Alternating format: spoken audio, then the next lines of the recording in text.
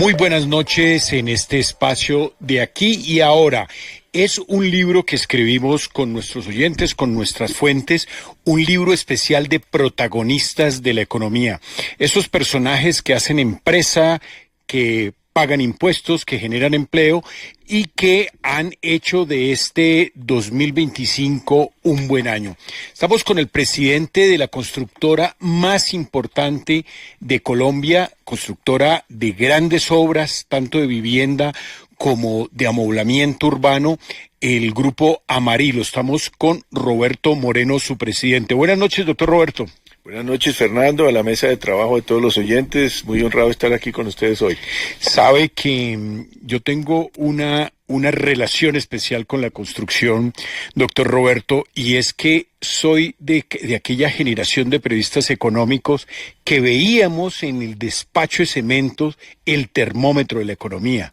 Y si bien, digamos, si se movía bien el despacho de cementos, pues la economía iba bien. Obviamente es el sector rey de la economía colombiana, que si se construye, se genera empleo, se genera desarrollo, y no hay un bien más preciado, un patrimonio más preciado por las familias que tener casa. ¿Este año ha sido bueno o ha sido malo, doctor Roberto? Bueno, pues este año ha mejorado. Realmente, si miramos, devolvámonos un poquito para atrás, y si nos devolvemos a la pandemia, pues se nos alinearon los astros en tener bajas tasas de interés, ahorro muy importante de los colombianos, y todos nos fuimos a casa, y nuestros tres espacios donde vivíamos, que era el trabajo, el esparcimiento y el hogar, todos se ubicaron en un solo sitio, en un solo espacio, y con el ahorro y todas las familias históricamente bajas tasas de la capacidad de compra de las familias, y hubo un boom de ventas de construcción en el 21 y en el 22. Las ventas históricas en el país, porque acuérdense que nosotros primero prevendemos y después construimos. Entonces las preventas del 21 y el 22 fue lo que se empezó a construir 22, 23 y terminando en este año, pero después se nos alinearon los astros al revés. Vino, recuerden la crisis de los contenedores, sí, el precio del acero, subieron varios insumos de la construcción, llegó la alta inflación, altas tasas de interés, entonces se nos volteó, y el peor año fue el 23, como a mediados del 23, y ya el año pasado superamos un poquito la meta, pero este año vamos a estar a niveles de hace 10 años, como para darle cifras. Nosotros estamos prevendiendo este año en Colombia aproximadamente 140.000 viviendas este año, pero estamos mejor que el año pasado, que fueron más o menos 120 y pico de mil. Y de las cosas que más han afectado a la dinámica constructora tiene que ver con tasas de interés, con desánimo de las personas, con que hay poca oferta. ¿Cuáles han sido los factores que han incidido en que no sea un año tan bueno? No, pero ya este año, como te digo, ya pues se niveló el año pasado, ya este año está mejor, las tasas de interés es una muy buena noticia. Esto empezó el año pasado con Bancolombia, que inicialmente bajó al 10% su tasa de crédito de largo plazo, seguido por otros bancos, y este año bajaron al 9% con familias que tienen su nómina con el banco. También el Fondo Nacional del Ahorro también está dando unas condiciones muy favorables. Entonces yo digo que es uno de los mejores momentos nuevamente de comprar vivienda, porque las tasas están bajas, los precios pues ya se nivelaron, no están muy bien, y esos programas locales de subsidios sobre todo la vivienda social ha sido muy positivo. Empezó en Barranquilla con Mi Techo Propio, que es un subsidio a la compra y un subsidio a la tasa en Barranquilla. Lo mismo pasó en Bogotá con Reactiva tu Compra, lo mismo en Cartagena con Mi Casa Va, y las cajas de compensación, que han tenido también un papel muy importante en esta reactivación. Ustedes son un grupo que está en todo el país. ¿Cuál es la región más difícil de desarrollar vivienda?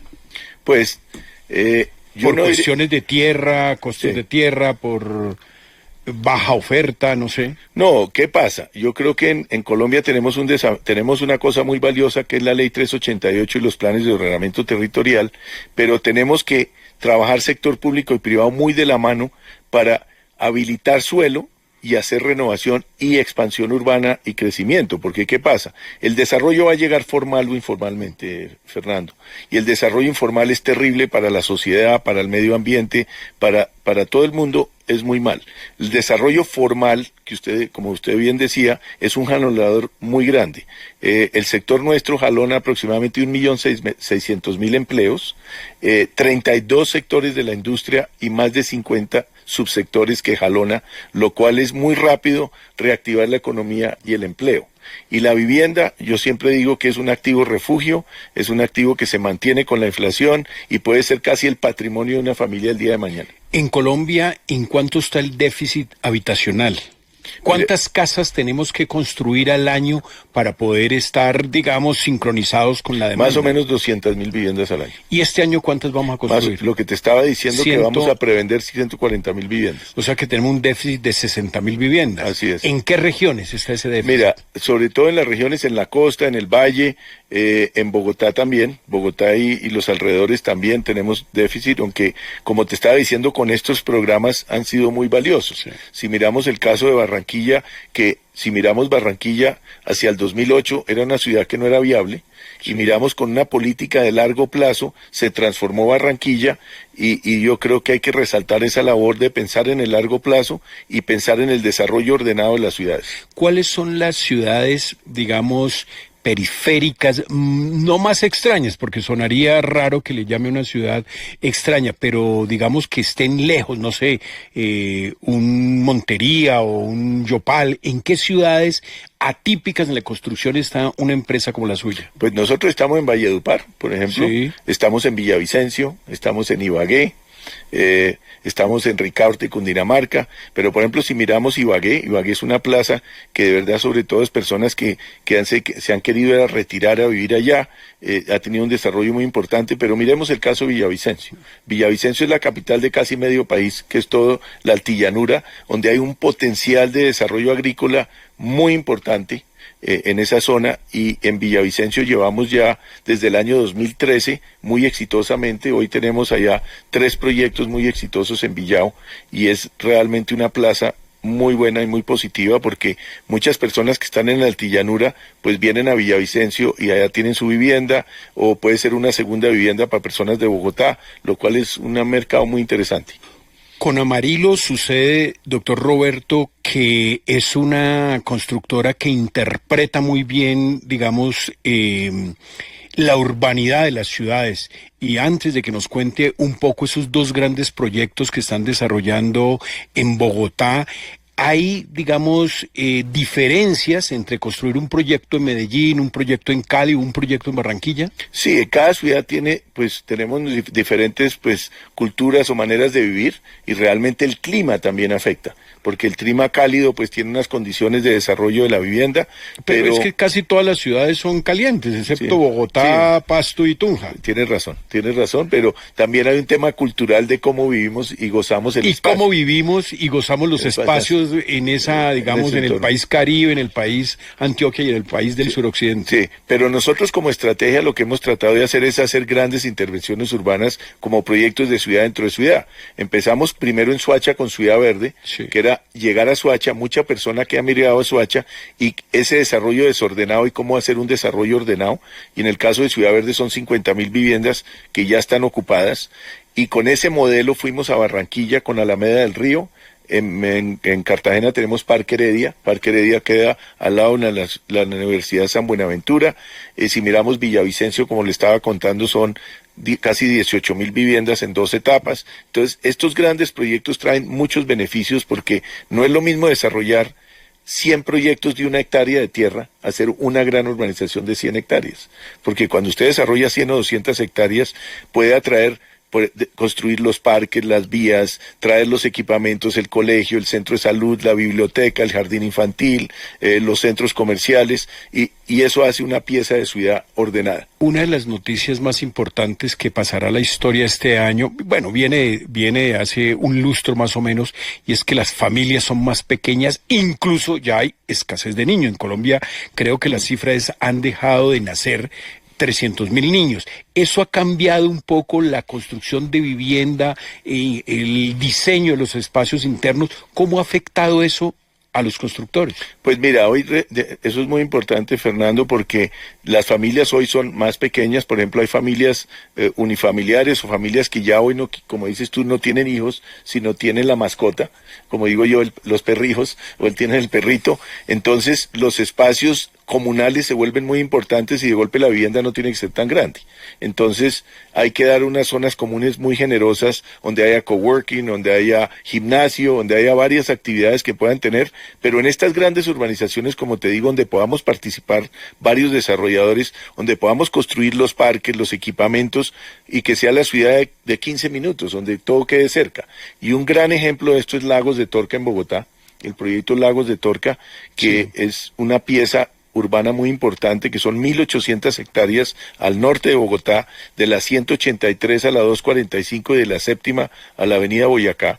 Ahí estamos 7, 8 constructores ya desarrollando varias piezas de este pedazo de ciudad, que es además una ciudad incluyente. Una ciudad que Enrique Peñalosa planeó de hacer el 20% en VIP, vivienda de interés prioritario, 20% en BIS y 60% no BIS, y podemos hacer la ciudad incluyente donde todos quepamos. Allá ya hay colegios, hay más de 30 colegios, hay universidades. Entonces, cómo llevamos ahora la vivienda y cómo planeamos esta pieza de ciudad es maravilloso, porque ese es el reflejo de cómo el sector público y privado trabajamos equipo de la mano, y ahorita con el alcalde Galán seguimos trabajando muy bien de la mano para seguir desarrollando este gran proyecto. Sobre ese tema vamos a profundizar más adelante, después de un break que hagamos. Doctor Roberto, yo creo que en Colombia se están construyendo muchas ciudades de esa manera silenciosa. Estamos hablando, digamos, del Gran Chía, lo que se llama Cajicá y Chía, y de pronto Tocancipá y de pronto Zipaquirá. El tema del Río Negro en Antioquia, el tema de Llano Grande en Antioquia, de pronto Serena del Mar en Cartagena. Hay unas ciudades que están emergiendo en Colombia y que están marcando una nueva manera de construir el país y construir ciudades. Sobre eso nos cuenta en un momento de Amarillo.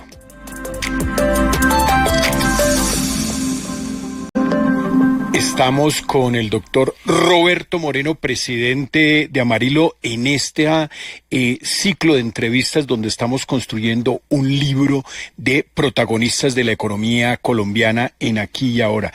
Doctor Roberto, hablábamos que poco a poco Colombia se enfrenta en varias regiones como a unas ciudades que emergen poco a poco para desarrollar como unas nuevas ciudades por fase.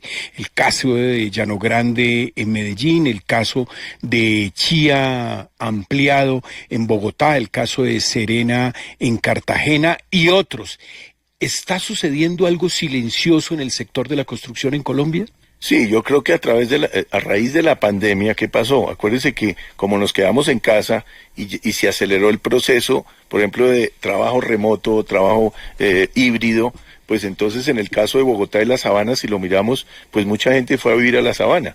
Y como le estaba diciendo, en Lagos de Torca, que están los colegios y está todo queda cerca, pues sí ha habido un desarrollo, y ahí tenemos una gran responsabilidad desde el sector privado y el sector público de trabajar en equipo para que este desarrollo sea equilibrado con el medio ambiente, con la movilidad, con el transporte, con la educación, con todo, y ahí tenemos un gran trabajo por hacer, pero es una gran oportunidad.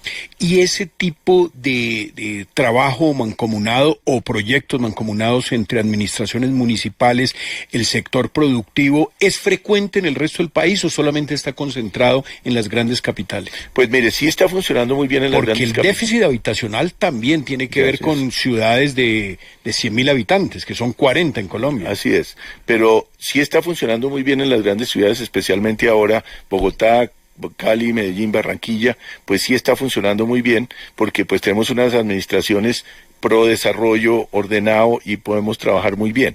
Pero si miramos una ciudad como Villavicencio, una ciudad como Ibagué, una ciudad como Valledupar, donde estamos trabajando también, y realmente sí hay una sensación de, venga, trabajamos juntos, y yo creo que para la ciudad es un desarrollo muy importante el desarrollo ordenado, sino el costo económico y social es muy grande de no hacerlo ordenadamente, muy, muy grande. Con los empresarios sucede una vieja frase, parafraseando a Fabio Echeverri, cuando decía que cuando uno habla con un empresario y le pregunta ¿cómo va la empresa? Dicen, maravilloso, estamos creciendo, estamos abriendo, cumplimos presupuesto, pero cuando uno le pregunta ¿cómo va el país? Dice, eso va re mal. ¿Cómo y creo que cada día uno ve en Colombia en estos momentos que se repite esa frase de Fabio Echeverry, y es que los empresarios les está yendo bien, le va bien, si uno mira los resultados del primer semestre, incluso compara con el año anterior, pero la percepción es mala. En el sector que usted lidera, ¿se vive esa percepción de que yo voy bien pero el país va mal?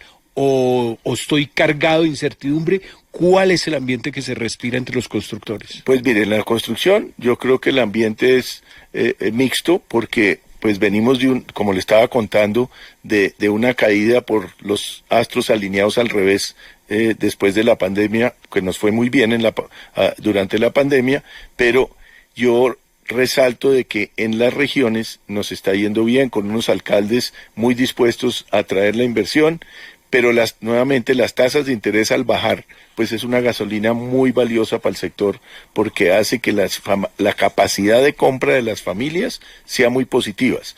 Lo que sí da tristeza es que el programa de Mi Casa Ya, que fue muy poderoso para que muchas familias adquirieran su vivienda, especialmente en las regiones, porque pues en Bogotá sobre todo en Bogotá y alrededor pues están las cajas de compensación que son fuertes, y después vinieron estas alcaldías como primero fue Barranquilla, Bogotá, Cartagena, que pusieron el programa de subsidios para las familias, que es muy poderoso porque ese subsidio no es para los constructores, el subsidio es para las familias, para que las familias tengan su cierre financiero y cumplan su sueño de tener vivienda propia. Entonces, ese programa que fue extremadamente exitoso, pues tristemente el gobierno nacional no lo continuó, y eso de verdad pues afectó muchas familias en su capacidad de compra y en su sueño de tener vivienda, sobre todo en las regiones. ¿Por qué los constructores, y me puedo equivocar con la afirmación o la pregunta teledirigida, por qué los constructores no hacen grandes proyectos enfocados en creo que van a ser 14.000 millones de dólares vía remesas? Que si bien Colombia es un país que está creciendo y ese va a ser el nuevo petróleo, hay mucho colombiano de la diáspora de comienzos del año 2000 y del año pasado, incluso la misma pandemia, que se ha ido al exterior, a España, Estados Unidos, a Chile, que son como los destinos más frecuentes, y están viendo remesas. ¿Cómo hacer para que esos 14.000 millones de dólares... De Amarillo ya hicimos un par de ferias en Nueva York, en Miami, porque hay muchos colombianos, hay más de 5 millones de colombianos viviendo afuera que están mandando estas remesas, pero algunos de ellos quieren volver a Colombia y a su volver con casa acá. Con casa acá. Entonces, y también o ayudarle a sus padres o a los familiares a tener casa. Entonces yo creo que eso es como exportar una vivienda, es traer plata de afuera, y realmente pues esos recursos se vuelven muy importantes para la economía. ¿Y el proyecto que tienen es a nivel nacional? Sí, a nivel nacional. Y ya fuimos a Nueva York, hicimos feria, lo hicimos en Miami y nosotros estamos hoy en 18 ciudades de Colombia, y entonces tenemos una oferta de proyectos muy importante para ofrecerle a nuestros colombianos viviendo en el exterior. Esa dinámica de la construcción, ya como aterrizando en el caso de Amarillo, es un sector que está trayendo inversión extranjera, están firmas constructoras internacionales buscando socios locales para desarrollar un mercado, hombre, que es importante, 52 millones de habitantes, de un ingreso per cápita de unos $7.000, poco más, y un PIB supera los 400.000 millones de dólares. Sí, pero empresas de desarrollo inmobiliario que vengan de afuera, pues han venido algunas empresas de Chile que sí están en Colombia, pero realmente es un mercado más local. Tenemos inversionistas institucionales. Tienen dos inversionistas extranjeros. En el caso de Amarillo, nosotros en el año 2009 hicimos una alianza estratégica con un fondo de pensiones de Montreal, de Canadá, y entraron de socios a la compañía en el 2016, hoy son accionistas de la compañía, y eso nos ha permitido tener un gobierno corporativo muy robusto y un proyecto de largo plazo con recursos institucionales. Creyeron en Colombia, siguen creyendo en Colombia, piensan en el largo plazo, porque los fondos de pensiones muchos piensan es en el largo plazo, y comprometidos con Colombia. El otro socio extranjero que tenemos, porque aquí Fernando ya hoy, desde que inicié Amarillo hace más de 32 años y medio, hoy tenemos un grupo que se llama Grupo Amarillo, en la cual son 3 empresas, que es Amarillo, que es la empresa que estructura y desarrolla los proyectos de vivienda y los construye. y los vende, y está Yellowstone, que es un fondo de capital privado que montamos con Luis Fernando Ramírez y mi hijo Juan Carlos Moreno hace 10 años para apalancar la construcción y desarrollo de estos grandes proyectos, porque estos grandes proyectos requieren capitales importantes. Entonces creamos Yellowstone y después creamos otra compañía que se llama Cimento, que es una alianza estratégica 50 y 50 con el Grupo Pantaleón de Guatemala, la familia Herrera de Guatemala, que su empresa de desarrollo se llama Spectrum, y creamos Cimento. Y Cimento es quien estructuró y opera pues Fontanar en Chía. Ese centro comercial lo inauguramos, va a ser en octubre, hace 10 años. Después construimos el centro comercial Arcadia en Medellín, que también opera Cimento, lo inauguramos en el año 19, y ahorita pues estamos construyendo el proyecto más grande de renovación urbana que se está haciendo en el país, que es en Bogotá. Vamos para allá. Entonces, ese es el grupo, las tres empresas, Yellowstone y Amarillo, y la alianza estratégica con Cimento. Y esos socios guatemaltecos, canadienses, que les ha permitido tener un gobierno corporativo que genera confianza, ¿no los ha empujado que ustedes abran mercados por fuera, en Centroamérica o en el Caribe?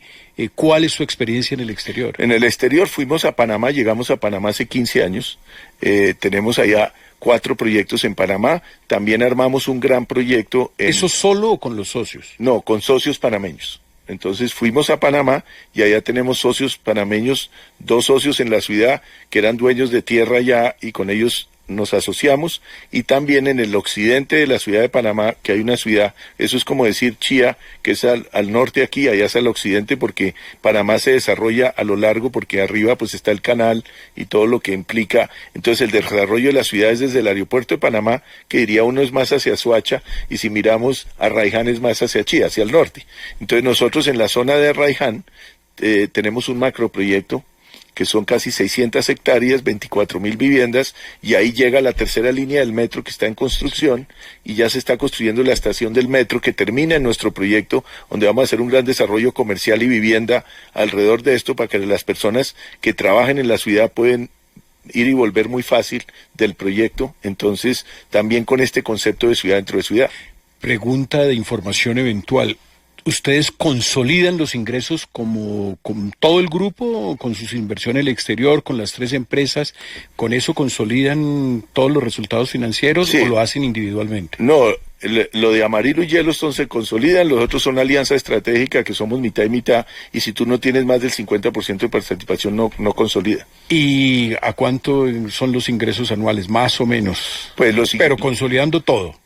Consolidando todos los ingresos, estamos hablando de un EBITDA probablemente de $100 millones. Y unos ingresos de más de 3 billones de pesos. Eso los ha consolidado como la primera empresa de construcción de vivienda en el país, por donde uno mira los rankings, los recientes resultados que hizo oficial en la Superintendencia de Sociedades.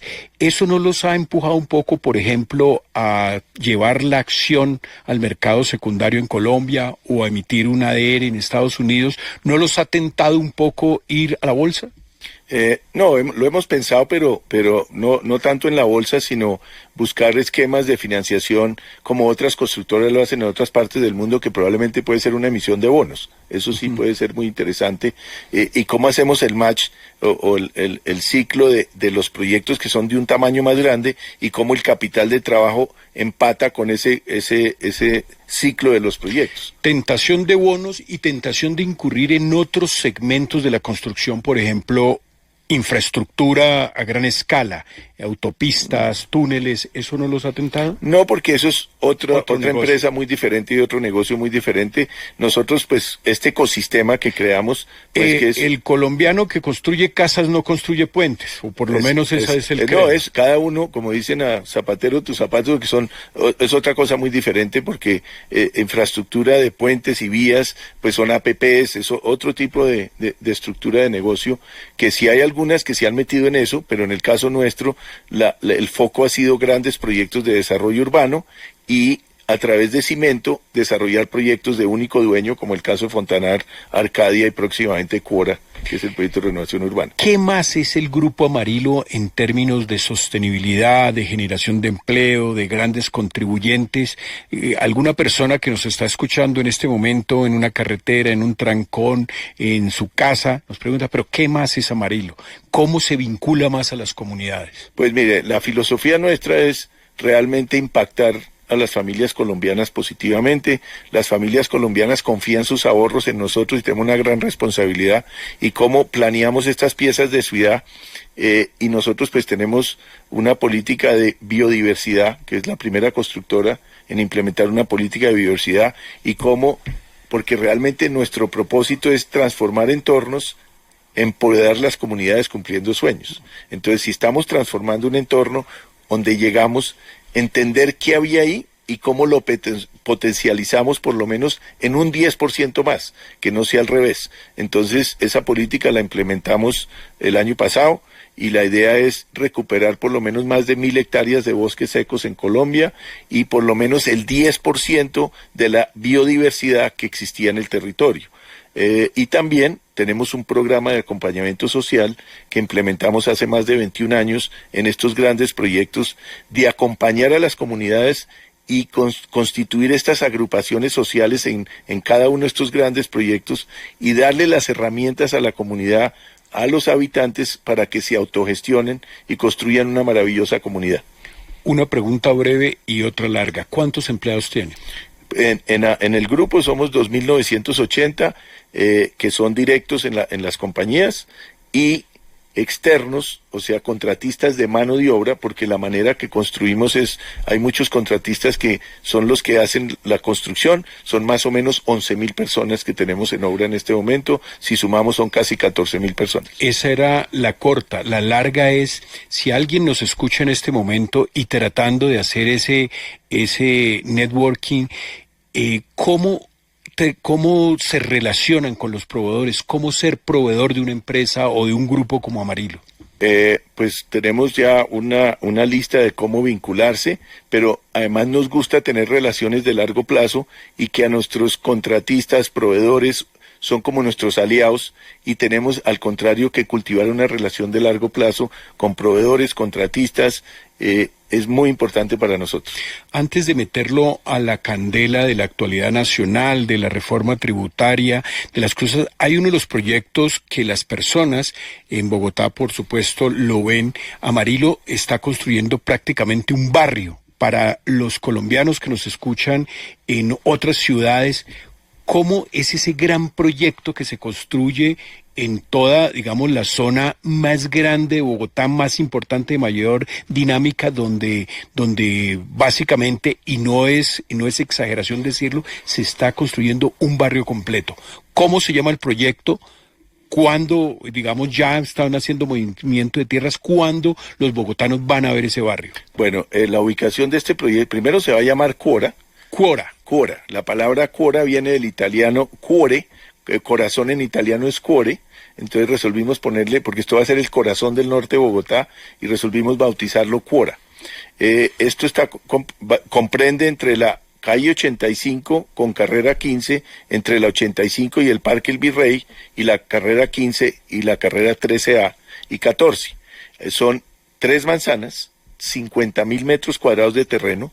Ahí habían 260 predios, Fernando. Esto nació de Misi, que ella quería hacer ahí su centro cultural y su escuela de artes escénicas, y arrancó fue el primer decreto de renovación urbana firmado en Bogotá, que lo firmaron en el 2015. Nosotros entramos al proyecto, en el 2007, hace 15 años. Nosotros entramos ahí en el 2012, casi 2 años después del decreto, pero el decreto fue, en el 2010, eso fue hace 15 años. Nosotros entramos hace 12, 13 años y empezamos ya a estructurar este gran proyecto. Y lo bonito de esto era no desplazar a las personas, y lo más importante, la asistencia social, que todo el mundo estuviera a gusto y a todos nos fuera bien, porque tenemos una gran responsabilidad de hacer una pieza de ciudad.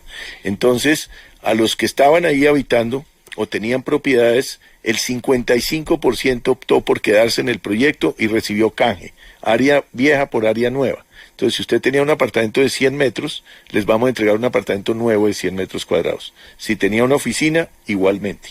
Entonces, la más de la mitad optó por el canje. Ahí van a haber 2 torres de vivienda, 205 apartamentos, 2 torres de oficinas, aproximadamente 60.000 metros cuadrados de oficinas, un hotel, ahí había un hotel amarillo donde estaba el Café Ili, que eso era de una señora propietaria de su hotel, y tenía otro hotel cerquita, en la misma cuadra. Le vamos a entregar el área nueva para que tenga su hotel nuevo, en el proyecto, y también va a estar el teatro que quería Missy. También se va a construir el teatro y todo el corredor comercial donde va a haber pues restaurantes, comercio, toda clase de usos de comercio que va a ser, y va a ser totalmente abierto. Estamos generando 18.000 metros cuadrados nuevos de espacio público para la ciudad. En América Latina, bueno, en Colombia por supuesto no hay un proyecto de renovación urbana de 50.000 metros cuadrados. ¿En América Latina hay algo similar? No, en este momento es de uno de los proyectos más importantes de toda Latinoamérica.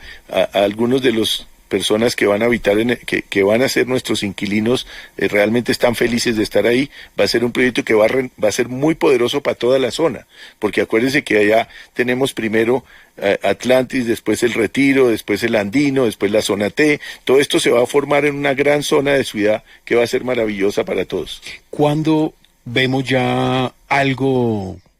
Pues digamos, está habiendo movimiento de tierras, pero ¿cuándo se entregará? Estamos ahorita en cimentación, haciendo ya la cimentación del proyecto. Ahí van a haber 4 sótanos, entonces pues primero la construcción va para abajo y después para arriba, pero la idea es que en el segundo semestre del 2028, Fernando, estemos allá tomándonos un cafecito y celebrando. Pero realmente resalto el trabajo. Aquí las 3 empresas están trabajando. Amarillo como constructor, Cimento es el gerente y operador, y es quien va a operar porque todo el comercio y las oficinas van a ser en renta, entonces lo va a operar Cimento. Y Yellowstone, pues nosotros somos socios 50 y 50 con el grupo de Spectrum, entonces la inversión es Yellowstone y Amarillo en el 50% y el otro 50% es de Spectrum.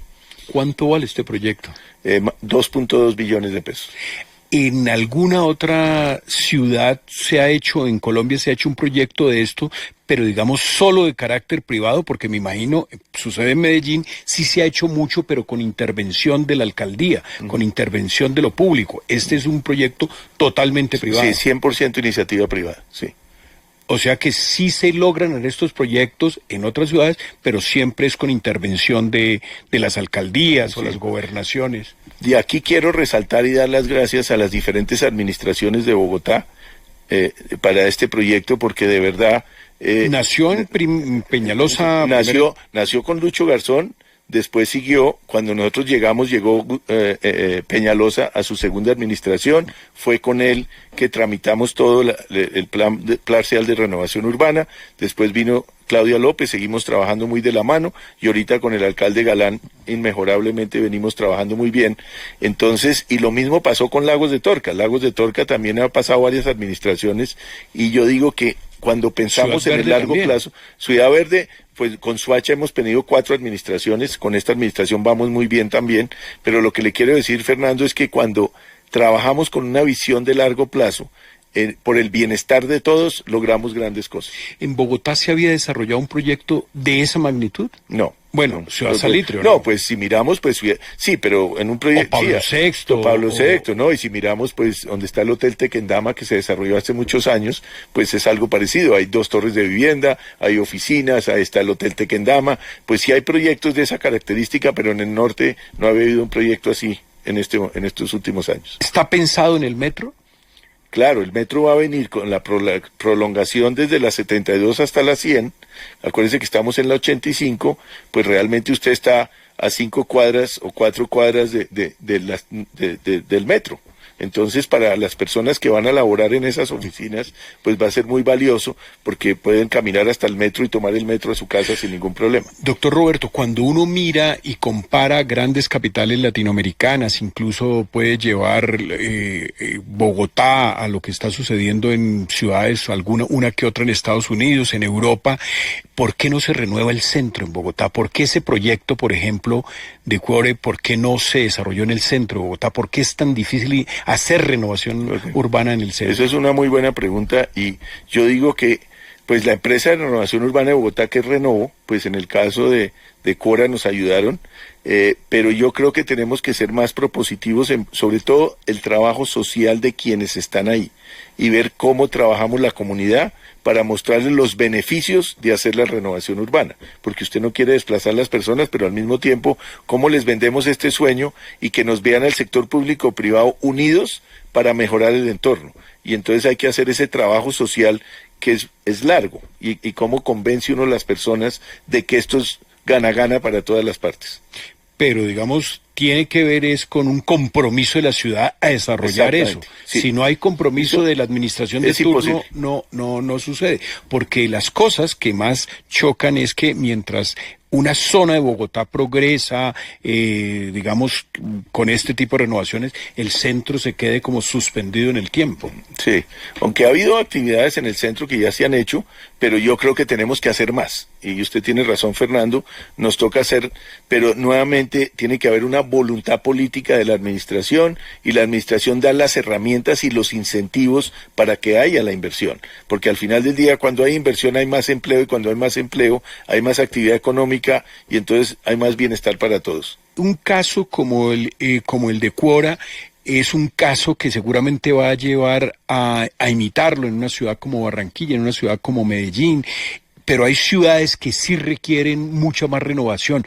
¿Cómo llevarle este tipo de proyectos a otras ciudades distintas a las de siempre? Pues contar la historia me parece muy importante, y ir y contar, por eso este espacio que usted me pregunte me parece muy valioso, porque es motivar a otros a hacerlo.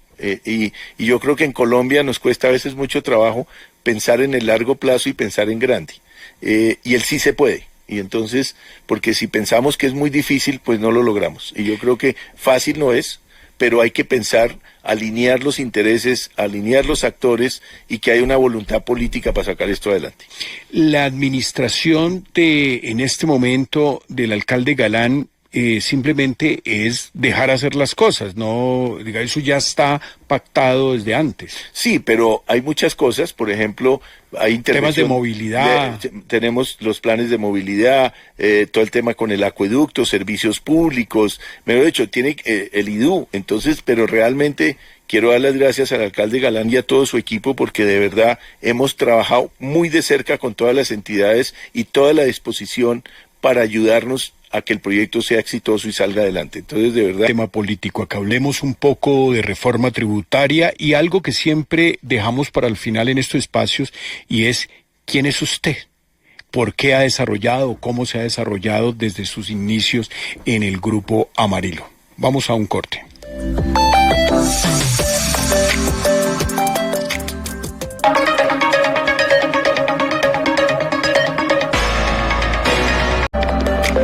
No puedo dejarlo ir, doctor Roberto, con el tema de moda, el tema actual, una reforma tributaria de 26,3 billones de pesos para financiar un presupuesto general de la nación por 557 billones de pesos. Muy incómodo con la reforma tributaria. ¿Cuál es su opinión? Pues mi opinión es que no deberían presentar una reforma tributaria, sino todo lo contrario. ¿Qué va a hacer el gobierno para ser más austero y promover la inversión? Porque si no promueven la inversión, si cargan más a las empresas y a las personas, pues tienen menos dinero para pagar los impuestos, porque quien pagan los impuestos son las personas y las empresas y la actividad económica. Entonces yo creo que tiene que mirarse para adentro el gobierno y pensar dónde ahorro y cómo soy más eficiente operando y no incrementando el gasto y la burocracia. ¿A los constructores les pega muy duro esta...? No, pues le pega en general. Sí, en general le va a pegar a todos los sectores de la economía, y sobre todo a las personas les va a pegar, y entonces eso pues afecta indirectamente a nosotros también, porque pues hay menos capacidad de compra de las familias, y realmente pues desincentiva la inversión, y realmente al contrario. Lo que tenemos que buscar es incentivos a la inversión, y que ojalá los impuestos bajaran y no subieran. La familia Moreno por estos días está de moda por Bernie Moreno, su hermano menor, senador republicano de Estados Unidos. Ese tema no lo ha puesto a jugar en el tema político, no lo ha desacomodado porque por un lado ustedes lo han sido estrictos en la regla, por un lado van los negocios y por el otro va la política. El tema de su hermano como senador americano no lo ha puesto en un juego como de oposición en Colombia. No, porque pues estamos en Colombia y en Estados Unidos. Para contarte la historia, pues nosotros somos una familia de 7 hijos. Mi hermano Bernie es el hermano menor de los 7 y como digo jocosamente, mi mamá tuvo que hacer 7 para que el último le quedara muy bien hecho, que es Bernie. Bueno, pero Luis Alberto también quedó bien hecho. No, también, Luis, de verdad es un orgullo porque mis padres realmente somos el producto de nuestros padres. Mi papá médico cirujano, mi mamá una persona emprendedora maravillosa y nos dio una educación y siempre nos dijo: mijitos, lo que tengan en la cabeza nadie se los va a quitar y lo que tienen es que trabajar muy duro, prepararse y ser juiciosos en lo que hagan, y no importa lo que haga, hay que hacerlo bien. En esta casa no se permite la mediocridad, nos decían. Entonces, no importa lo que vaya a hacer, hágalo bien. Entonces, contemos la historia de Bernie un poquito. Nosotros emigramos a los Estados Unidos en 1971. Bernie iba a cumplir 5 años y se creó totalmente, ya hoy tiene 58, o sea, lleva 53 años viviendo en los Estados Unidos, y a sus 15 años siempre quiso estar en el negocio automotriz. Y a los 15 años le escribe una carta a Roger Smith, que era el presidente de General Motors, y le dice: yo soy un muchacho de 15 años, estoy estudiando en el colegio y dentro de 15 años le voy a quitar su puesto, porque usted no está manejando General Motors como debe ser. Y le mandó 11 puntos de lo que tenía que hacer para mejorar General Motors, y el señor George Smith le contestó la carta. Entonces en la casa todos dijimos: ¿cómo así que le escribió? Pues le contestó y le puso punto por punto y le dijo: y espero dentro de 15 años entregarle la compañía en buen estado. Okay. Eso fue la historia de Bernie a los 15. Se fue a estudiar a la Universidad de Michigan, porque pues es el centro automotriz de los Estados Unidos. Después, entonces sacó su máster y se fue a trabajar a General Motors. Y trabajando en General Motors, primero manejó servicio al cliente, después lo pusieron a manejar las relaciones entre la fábrica y los concesionarios, y conoció una persona de Boston que tenía varios concesionarios y quedó muy impresionado con mi hermano. Entonces lo invitó a que trabajara en su empresa, se retiró de General Motors, se fue a trabajar a Boston y llegó a manejar el concesionario muy importante de Boston de Mercedes-Benz, y ahí lo llamó el gerente de los Estados Unidos de la fábrica de Mercedes-Benz y le ofrecieron un concesionario en Ohio. Y ahí él tomó la decisión de emprender, independizarse, se fue para Ohio y montó el concesionario de Mercedes-Benz, y eso fue en el año 2004. En el 2019 ya tenía 23 concesionarios, tenía en Boston, en Kentucky, en Florida, en todas partes, y vendió todo su negocio en octubre del 19, antes de la pandemia. Entonces el hombre quedó desocupado, resolvió meterse en temas de tecnología, y nosotros a raíz de la pandemia tenemos un chat de los 7, un Zoom de los 7 hermanos, donde nos reunimos y compartimos tema para que los títulos de los carros estuvieran en blockchain para que fuera más fácil y más eficiente, y dijo: sabe que este sector público no está siendo eficiente, yo quiero meterme en la política para ver cómo mejoramos esto. Y resolvió lanzarse al Senado, primero por Ohio. Su contrincante era J.D. Vance, y entonces se volvieron amigos, se vio que él no iba a ganar, ganó Vance, y le dijo: la próxima vez usted me apoya, y esa fue la historia, y se lanzó, le ganó al demócrata Sherrod Brown, que llevaba 18 años en el Senado, y se volvió, pero realmente quien lo eligió fueron pues las personas de Ohio. Pero cuando lo eligieron y empezó su periodo ahorita a principios de año, le dije: Bernie, usted es colombiano, lo que nos han enseñado nuestros padres y lo que usted puede ayudar por Colombia sería maravilloso, y por eso vino a la asamblea de la ANDI, vino con una comisión. Y nos ayudó mucho en el cabildeo de los aranceles. Exacto, entonces vino aquí, vino con otra persona de madre colombiana que se llama Rubén Gallego, que madre colombiana, demócrata, entonces muy valioso porque es bipartidista, y que vengan a Colombia y piensen en Colombia. Y dijo una cosa muy valiosa, y es que los Estados Unidos por años no han mirado tanto a Latinoamérica, y que hay que mirar más a Latinoamérica, hay que invertir más en Latinoamérica, y ojalá esto sea pues muy valioso para nuestro país tener un vocero allá que hable bien de Colombia.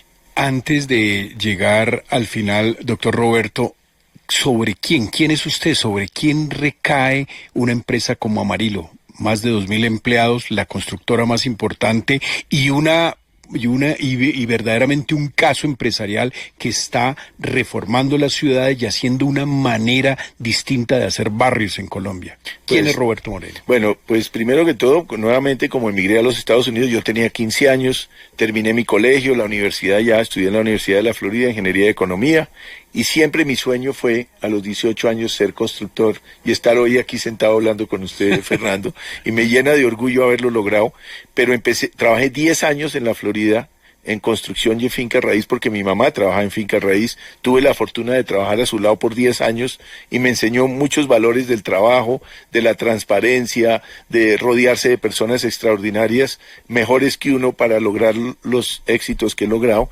y así ha sido. Y liderar con el ejemplo. Entonces, hace 33 años que vino, año 91-92, el gobierno de Gaviria, la constitución del 91, la apertura económica, dije, oiga, estoy trabajando en Estados Unidos, aquí hacemos obras, nos va bien, pero yo creo que el impacto social que podemos generar en Colombia, semejante país tan maravilloso que es nuestro, quiero volver a Colombia a emprender. Y volví a Colombia, tuve la fortuna de conocer en la Florida una persona que le vendió una casa ya a un colombiano, que es Enrique Masuera, sobrino de don Fernando Masuera. Y con él fundamos la empresa con su hermano, y después asociado con otra persona también que se llama Camilo Congote, con que empezamos a trabajar, y realmente de ahí empezó este gran sueño que hoy es Amarillo, y realmente para mí pues es muy valioso, porque también mis padres decían, es mejor dar que recibir, y verdad, la satisfacción de poder dar a la sociedad, de poder construir y pasar por estas urbanizaciones y ver esta maravilla de estas personas cómo gozan y viven ahí, pues me llena de orgullo y de satisfacción. Es un auténtico caso empresarial el de Amarillo, no solamente por lo que está haciendo, sino por la persistencia. Son proyectos de larga duración que trascienden muchos alcaldes, muchos consejos, muchos planes de ordenamiento, y ese es como su consejo, sea persistente. Así es, no se rinda, piensa en grande, pero sobre todo, sí se puede, porque si desde el principio piensa uno que no se puede, no la logra. Entonces yo creo que el reflejo de Ciudad Verde, de Alameda del Río, de Cora ahora, es la persistencia y de que sí se puede, y pensar en el foco de largo plazo. Y a mí me gusta, Fernando, navegar, porque me encanta el mar y los botes estando viviendo en la Florida, y eso es como navegar. Usted sabe exactamente para dónde va, pero le llega la tormenta, la ola, se le entró el agua, se le rompió la... Me lo he hecho, pero usted tiene que quitar la música de fondo y pensar en el largo plazo. Y en este país tenemos que pensar en largo plazo, pensar en grande, y que tenemos un país maravilloso de 50 millones de personas extraordinarias que tenemos que trabajar en equipo, unidos, para construir un país que nos merecemos. Doctor Roberto Moreno, muchas gracias por ayudarme a construir este libro de protagonistas de la economía colombiana 2025. Pues le doy paso a Silvia Corzo en Siempre Contigo, que tiene un tema que yo creo que usted se mueve muy bien en él, y es fobias sociales. Silvia, buenas noches. Buenas noches, doctor, ¿cómo está? Buenas noches a todos los oyentes. Siempre Contigo hoy vamos a hablar de fobia social. Yo siempre le pregunto a los invitados de Fernando sobre el tema de la noche. ¿Usted se le mide a contestarme? Pues claro, Silvia, con mucho gusto. ¿Ha tenido alguna vez fobia social? Porque aunque parece que no fuera tan común, sí lo es. Y es como ese miedo a estar en público y tener que ir a situaciones sociales. Es un miedo irracional. Y como, no quiero ir, me quiero quedar en mi casa guardado, y a veces sucede porque uno está abrumado, ¿no? Hay muchas cosas en su vida pasando en ese momento. Yo creo que cuando uno está pequeño, al principio uno tiene miedo, sobre todo cuando dices tú, de hablar en público, de exponerse, porque al final del día, el cuidarse uno internamente es no exponerse, y yo creo que es parte de cuidarse uno, de que no vean lo que está dentro de verdad y quién es uno. Y yo creo que al final del día, si uno es abierto y es auténtico, se vuelve muy fácil, porque, y además yo digo en la oficina todo el día, que la verdad es deliciosa porque no hay que acordarse de nada. Entonces, salir, ser auténtico, y de verdad compartir. Y nuevamente lo que le decía Fernando, de eso de dar a los demás es muy valioso porque es muy satisfactorio para uno como persona y como ser humano. Y a uno se le olvida lo que están pensando de uno, que es también, yo creo que por eso también hay ese miedo irracional. Ese miedo irracional. Bien, gracias. Gracias, Silvia.